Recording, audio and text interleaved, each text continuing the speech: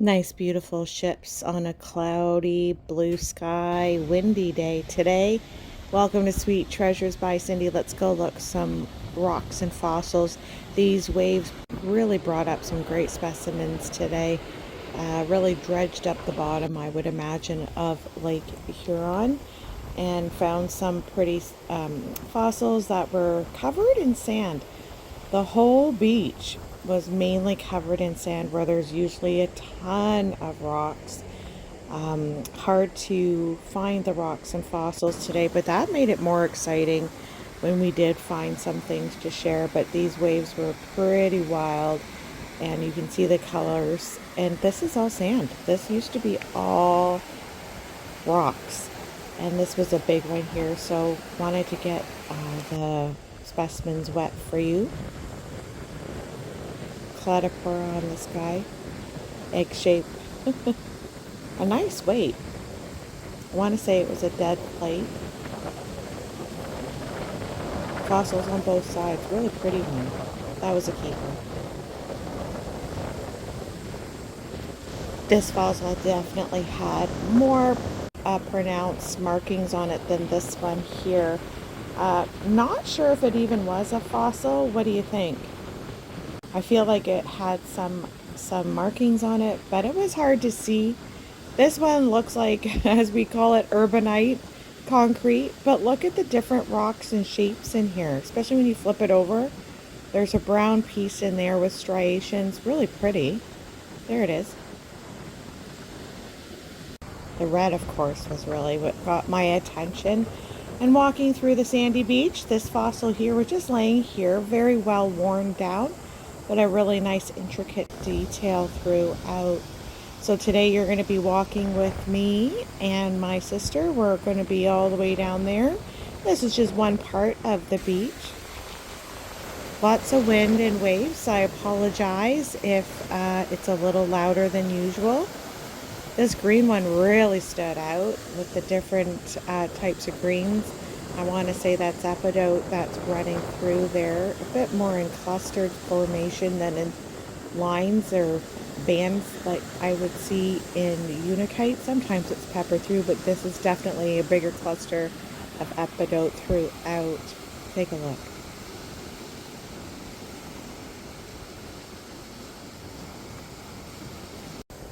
Those waves were wild. Just wanted you to be there, sense it with me, and was so excited to find this Cladophora. Look at this, it's just peppered right through. Do you see any other fossils in there? I do. I think. It's definitely harder when it's dry. As you know, we like to get them wet once in a while once we can. This one was a horn coral. We're going to wash this guy up a little bit. It was so circular. I thought it was maybe a dime or a nickel on the beach, but we'll be getting it wet with the waves there. Try not to get wet. We didn't bring our summer gear. It is September, but the water is actually warm because of touching it here. Or yes, I did get a couple of soakers with my running shoes on, but that's part of it. Nice quartz sillified. And there was something on the backside. Look at that. That's more of the cross section from the side. This Gogandatellite is one of my favorites. It is more of a dense rock. The composite of it is very tight, so it makes it very heavy with all of the different other minerals in there. Another horn coral. Get our camera focused here. So there were some rocks closer to the shoreline here, making it a little bit easier to see, which is nice. One, they're not covered in sand, and two, they're wet. This one had some different banding through it. I think the matrix is basalt, very fine grain. Let's get away from the waves there.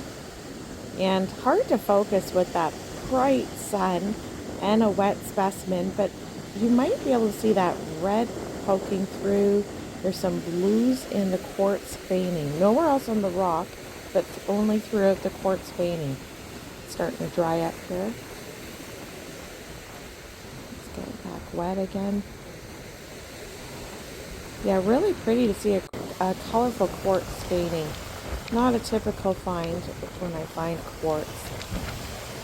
Let's take a look at this guy.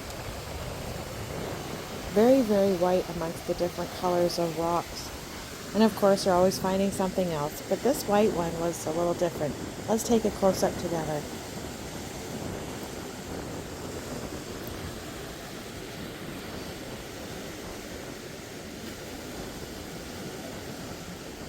You can see some different patterns there. Usually fossils are in white, or excuse me, gray or black matrix. This one was bright white. Mollusk fossils, maybe.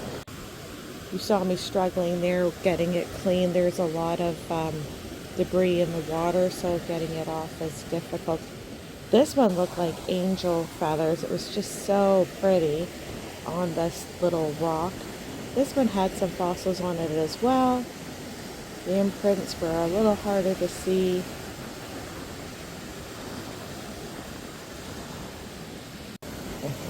We found that little cross section of a horned coral on there. That one was a little easier. Nice bright red. There's a granite with some quartz in it. I've shown over the years many videos of it. This one is a little buried in the sand. I don't like to dig them out if I don't have to. But a little poke here and there, let's get it out. So I'm thinking it was a pudding stone. Let's take a look and see. Yeah, let's get out the water there, get it nice and wet. Move up a little higher. Yeah, it's a pudding stone. There's jasper, there's quartz. Nice chunks. There's that one, looks like a coffee bean. I always call those coffee beans. So it wasn't a spectacular pudding stone, but it was nice to find one today. Wasn't sure what we were going to find with all these waves, so that's kind of nice. What do you see here? You really do have to reach down quick and grab, and glad I did. Look at this guy. So pretty. Very worn down. Petoskey, maybe?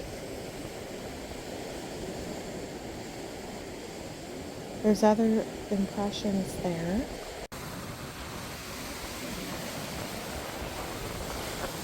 What do we find here? The banding on this guy, and then the circle of feldspar maybe at the bottom was really pretty, very unique. Had such a great time with you. A longer video today. I really hope you got to stay to the end. It's just relaxing and fun to connect with you all in the safe community, looking at rocks and fossils and other beach treasures. See you soon.